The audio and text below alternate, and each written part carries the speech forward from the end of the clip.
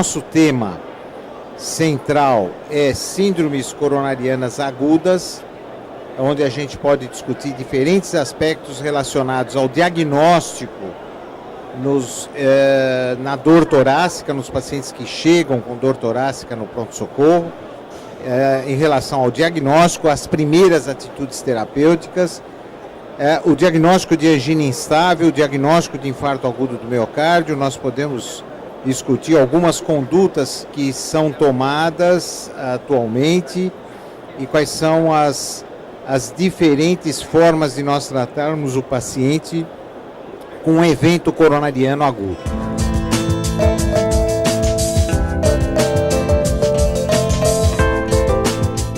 É o paciente que nos consulta, e isso é muito frequente, e que tem lá uma dor no peito e você, naturalmente, que precisa diagnosticar aquela dor. A tua preocupação é saber, de longe, sempre, se ele tem uma doença coronária ou não. E se aquela dor se refere àquela patologia coronária que ele tem. Bom, a dor no peito no consultório, essa, digamos que é mais tranquila, vamos dizer, entre aspas, porque você tem tempo para fazer o diagnóstico. A ferramenta do cardiologista, além de uma anamnese muito bem feita, levando em conta a probabilidade dele ter doença coronária, se ele, dependendo da idade que ele tem, se ele tem um jovem de 20 anos é uma coisa, um homem de 50 anos é outra, né?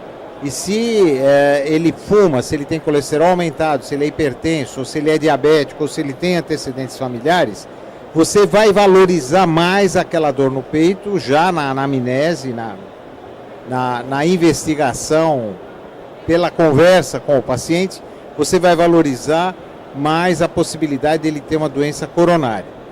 E é lógico, o exame físico sempre, verificando se esse doente tem hipertensão arterial, se ele tem uma propedêutica alterada no sistema cardiovascular, nós vamos procurar saber se ele tem, pelo exame físico, às vezes já dá para desconfiar que ele tem doença aterosclerótica periférica, se ele tem uma carótida, se ele tem pulsos alterados, enfim. Aí você vai juntando as coisas. E lógico que a nossa ferramenta primeira é o eletrocardiograma. Um eletrocardiograma normal não afasta doença coronária e nem mesmo isquemia miocárdica aguda, né? Um eletrocardiograma normal não serve para afastar doença coronária nem isquemia aguda.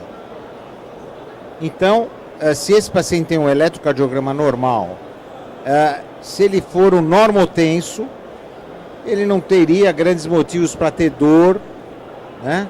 Mas você vai continuar a investigação. Um eletrocardiograma normal e o paciente não é hipertenso, você pode fazer um teste ergométrico padrão, um teste ergométrico simples, sem imagem.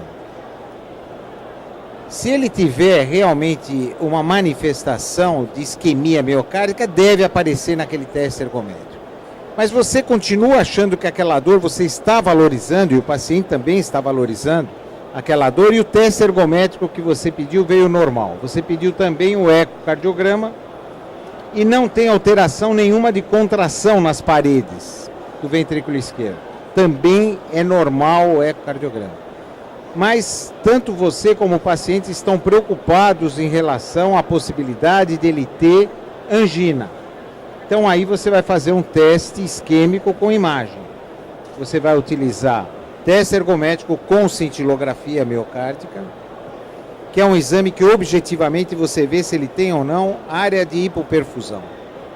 Ou você vai fazer um ecocardiograma de estresse, que depende muito do observador, do médico que faz o ecocardiograma de estresse, para ver se ele tem alguma alteração de contração quando esse coração é submetido ao estresse. Se você tiver também normal esses exames, eu acho muito pouco provável. A probabilidade dessa dor ser anginosa é muito baixa. Sobra o quê? Aqueles quadros anginosos com coronárias normais, sem manifestação de isquemia durante o esforço, que é muito raro E se o doente também não é hipertenso, você praticamente afasta a possibilidade dele estar tendo isquemia miocárdica com esse conjunto de exames. Precisamos tomar cuidado, porque o próximo passo, alguém diria, para você afastar a doença coronária nesse paciente, vamos supor que ele tenha 50 anos e fumou durante um período, enfim, mas não tem outros fatores de risco. Mesmo assim, ele pode ser portador de placas nas coronárias. Pode, 50, 60 anos. Precisamos tomar cuidado porque a gente vai acabar pedindo aquele exame que hoje os clínicos gerais, cirurgiões, psiquiatras, pediatras, todo mundo pede, angiotomografia de coronária. E aí vem a calcificação e as placas. E isso pode deixar o doente louco e o médico que está atendendo também louco. Porque o que você vai fazer com aquele doente? Será que aquilo tem algum significado clínico? Então nós precisamos tomar muito cuidado. Um teste isquêmico normal, com baixa probabilidade do doente ter doença aterosclerótica, praticamente afasta a possibilidade de ele estar tendo angina, isquemia miocárdica, manifestação de isquemia miocárdica. Veja, em relação aos marcadores de necrose, nessa situação clínica, porque eu estou imaginando que no consultório o doente chegou e vem contando uma história de que de vez em quando ele tem uma dor no peito. Não estou imaginando o paciente que chegou no pronto-socorro com uma dor precordial ou que vem tendo nesses últimos dias dores que cessam, enfim. Eu estou imaginando que seja uma, entre aspas, porque não está claro se ele tem uma angina, digamos, estável.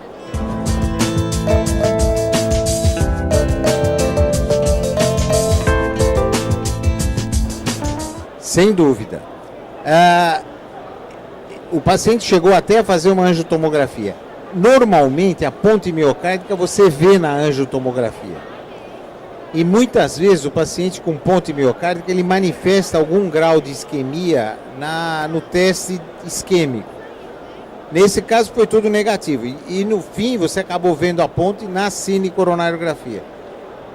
Normalmente, a gente vê muito mais ponte miocárdica na angiotomografia até do que na própria cinecoronariografia. É muito frequente a ponte miocárdica, muito mais frequente do que a gente imaginava antes.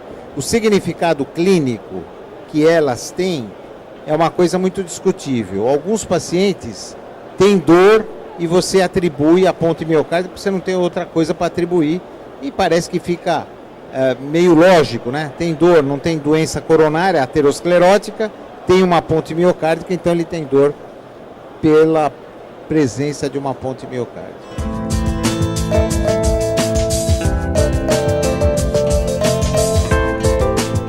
Olha, então veja, aí é o capítulo do esclarecimento da dor torácica, que deve incluir você afastar a possibilidade de uma dor torácica por outros motivos. O indivíduo que tem dor torácica, mesmo aquela que parece ser uma angina, pode ser uma lista de coisas, né? Desde o aparelho gastroenterológico alto, né? Uma dispepsia, o indivíduo ser portador de uma hérnia de hiato, de uma esofagite, espasmo de esôfago, enfim, colicistite aguda, tudo isso mimetiza um quadro de dor torácica que às vezes parece ser um quadro de angina instável ou uma síndrome coronária aguda. E vale a pena, como você falou, você explorar todas as possibilidades dessa dor torácica não ter nada a ver com o coração. Uma das possibilidades é uma neurite ou uma osteocondrite, né? Externo-costal, né?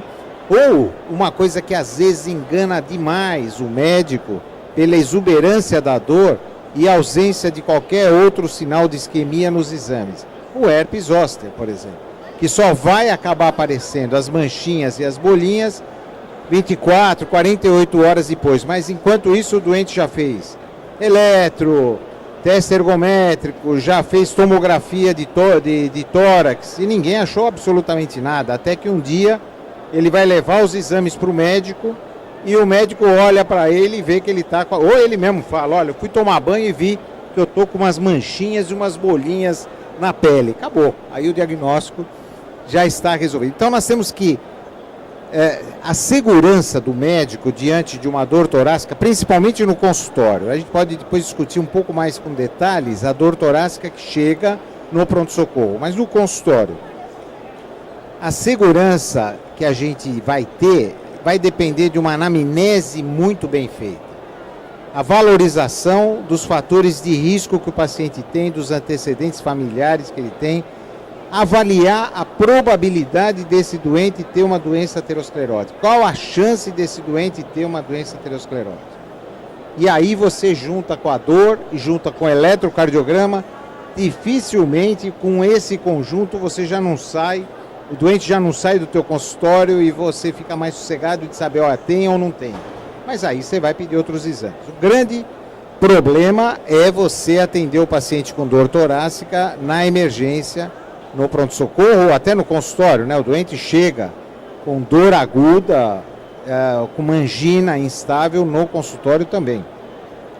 Doutor, por favor, um paciente que ele disse que chega no seu consultório com eletro normal, queixa de dor torácica, um teste ergométrico ineficaz, limitado por sintoma, sem alteração eletrocardiográfica, com ecocardiograma transtorácico de repouso normal, com vários fatores de risco para desenvolver doença coronariana, o senhor optaria por uma cintilografia em que existe a possibilidade de lesões balanceadas ou pelo ecoestresse?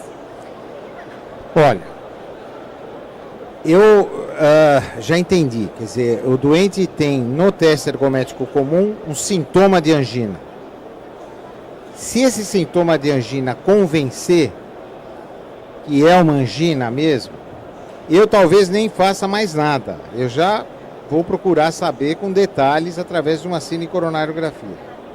Já que esse doente pode não estar fazendo teste ergométrico, pode estar subindo uma escada e ter uma dor no peito.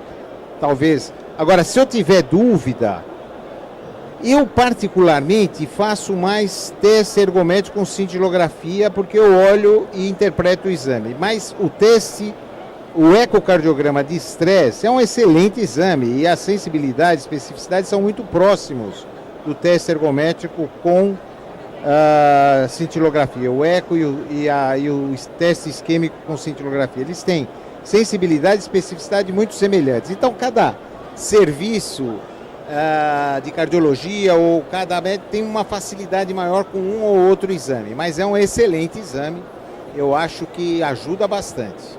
A tolerância do paciente com o eco de estresse às vezes não é das mais brilhantes, assim como eles não toleram muito bem a cintilografia com dipyridamol, né? Você precisa explicar para o paciente, senão depois ele vai te xingar. Você me mandou fazer um exame lá, quase morri, né? O teste ergométrico pode ser um falso negativo, digamos, né? A gente sabe que a sensibilidade do teste ergométrico, ela não é 90%, nem 95%, ela é 75%. Sempre a gente leva em conta as alterações do teste ergométrico naquele paciente. A probabilidade daquela dor ser anginosa, a probabilidade dele ter doença aterosclerótica, enfim, a idade, todo esse negócio. E aí você valoriza o que você achou no teste ergométrico, né?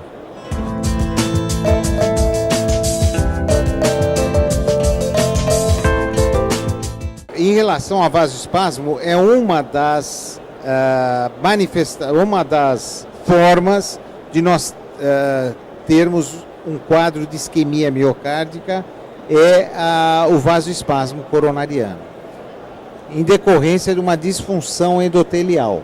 O exemplo mais clássico que a gente dá é moderno, é o uso excessivo de cocaína. Hoje nós estamos vendo infarto agudo do miocárdio em jovem de 25 anos, 22 anos, depois de uma festa, porque ele usou cocaína e ele teve infarto. Muitas vezes a coronariografia, quando é jovem então, né, você faz a cinecoronariografia e você não vê doença aterosclerótica muito claro ali, placas ateroscleróticas, mas ele tem uma disfunção endotelial e ele teve um espasmo coronariano, teve infarto. Outras vezes o indivíduo pode ter só angina, a clássica angina de Prinzmetal, né, que dá alteração eletrocardiográfica por espasmo coronariano e depois regride, né, é um exemplo de vasoespasmo coronariano.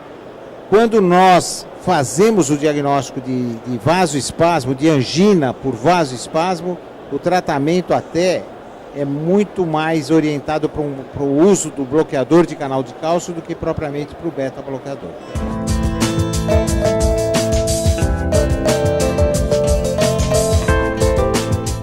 De novo, depende do doente que você está lidando com ele. Grande parte das vezes você pede um teste ergométrico, um segundo teste ergométrico com cintilografia miocárdica, porque você tem um que que deu alterações sugestivas de isquemia miocárdica. E o doente, por exemplo, é hipertenso. O hipertenso ele tem alterações de ST até no eletrocardiograma de repouso. Ele vai para um teste ergométrico comum, ele pode ter alterações de ST e você achar que aquilo é coronariopatia obstrutiva. Então, para você ter mais segurança, você manda para cintilografia miocárdica. Se ele tiver uma cintilografia miocárdica normal, embora ele tenha tido um ST sugestivo de isquemia, eu fico satisfeito, paro por aí. Diferente daquele paciente que eu tenho múltiplos fatores de risco, que deu um teste ergométrico no eletro muito positivo, às vezes até com alteração, com manifestação de sintoma, mas a cintilografia deu normal. Aí sim, será que não é uma cintilografia, um falso negativo da cintilografia? Então aí eu tenho que valorizar esses achados e levar o doente para a cinecoronariografia. Sempre levando em conta quem é que eu estou vendo, qual é o paciente que eu estou vendo. Então, veja, se eu faço o teste com cintilografia, é porque eu estou achando que o eletrocardiograma por si só vai ser pouco para me dizer, ou vai ser, digamos, pouco específico para me dizer que aquele paciente tem isquemia miocárdica. Vale lembrar que o teste ergométrico ele não deve ser levado em conta só alterações de ST. Nós temos que levar em conta outras alterações que o paciente apresenta durante o esforço. Por exemplo, a não elevação da pressão arterial. É um dado significativo. A não elevação da frequência cardíaca é um dado que é significativo para você dizer que aquele teste pode ser alterado. Isso o ecocardiografista deve ele está atento para isso, para te dizer, olha, embora não tenha tido grande alteração do ST, mas ele teve, a pressão dele não só não subiu, como até caiu, ou a frequência não subiu. Então, esse paciente, você tem que ter uma atenção maior.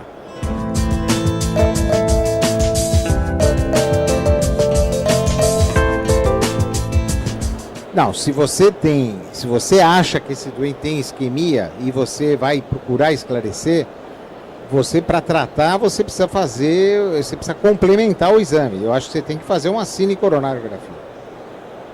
E aí sim, aí você vai estabelecer o tratamento adequado, né? Eu acho que a gente nunca deve tratar exame.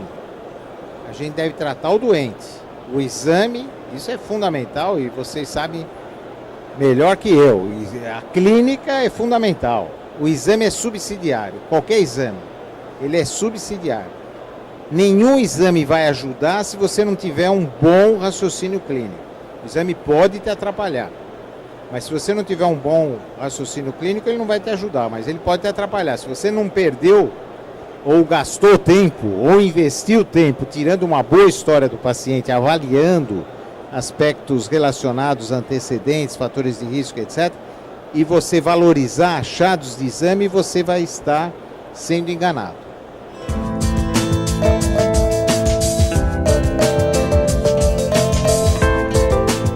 Se você me falar que o paciente já tem sintomas de isquemia miocárdica, ou eu tenho exames, eletrocardiograma ou teste ergométrico com isquemia miocárdica, eu não vou precisar da angiotomografia coronária, eu vou direto para a cinecoronariografia. A angiotomografia de coronárias e o score de cálcio, ele tem importância. Eu acho que uma importância que eu geralmente utilizo esse exame, por exemplo, naquelas situações que o paciente tem uma certa discrepância de exames, né? Você tem um eletro bom, o paciente quer fazer exercício, tem 65 anos, quer fazer exercício, tem um eletro bom, está bem, está assintomático, vai fazer um teste ergométrico com cintilografia e vem lá uma área de isquemia que você não espera.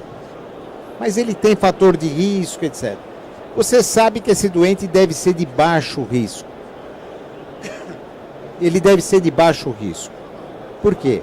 Não tem sintoma, tem eletrocardiograma bom, tem um teste ergométrico que ele foi bem no teste, mas ele tem uma pequena área de isquemia. Bom, eu preciso estratificar melhor o risco desse paciente até para eu poder fazer um plano terapêutico mais adequado, ser mais incisivo na utilização de medicamentos e orientar esse paciente, digamos, para uma prevenção muito mais incisiva. Eu acho que aqui o score de cálcio pode contribuir e até a angiotomografia para dizer se ele tem placas, múltiplas placas ou não.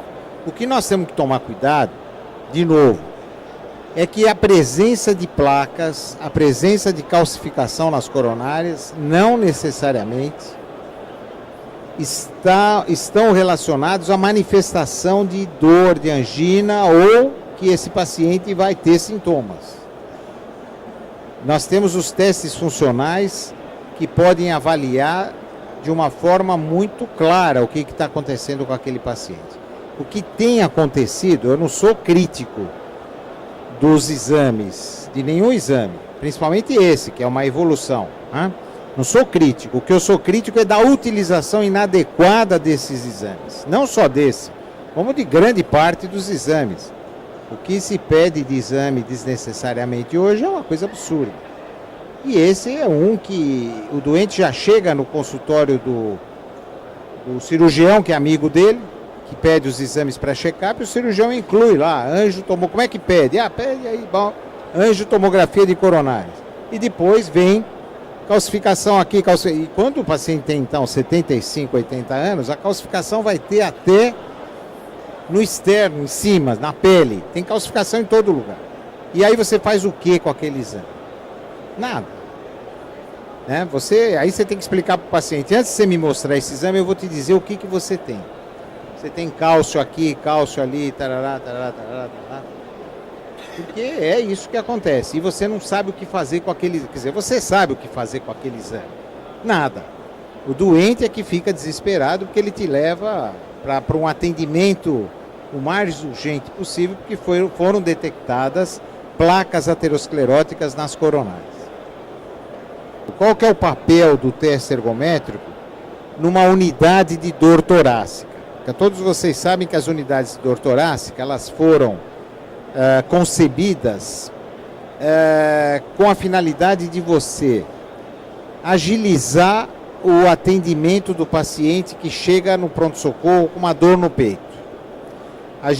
Agilizar no sentido diagnóstico, para que você faça precocemente o diagnóstico, e é tão importante o diagnóstico precoce, por exemplo, de um infarto agudo do miocárdio. Né? Tem supra-DST, é infarto, vai fazer tratamento de reperfusão, trombolítico ou angioplastia. Não tem supra-DST, então vamos ver se é uma angina instável ou se é um infarto agudo do miocárdio. Tem infra-DST e tem dor no peito. É um quadro de risco mais alto, vai para UTI. Bom, o eletro é normal, está com dor no peito e o eletro é normal no pronto-socorro. Esse paciente ele fica na unidade de dor torácica, onde ele vai ficar lá monitorizado, o eletro dele é normal. Será que essa dor é uma dor de angina? Será que ele está tendo mesmo uma síndrome coronariana aguda ou não? Com eletro normal, o risco deve ser baixo. Então deixa ele na unidade de dor torácica, quando ele fica monitorizado, onde ele recebe medicação para dor, recebe aspirina como antiplaquetário, né, nesse momento. Se ele tiver hipertenso, controla-se a pressão.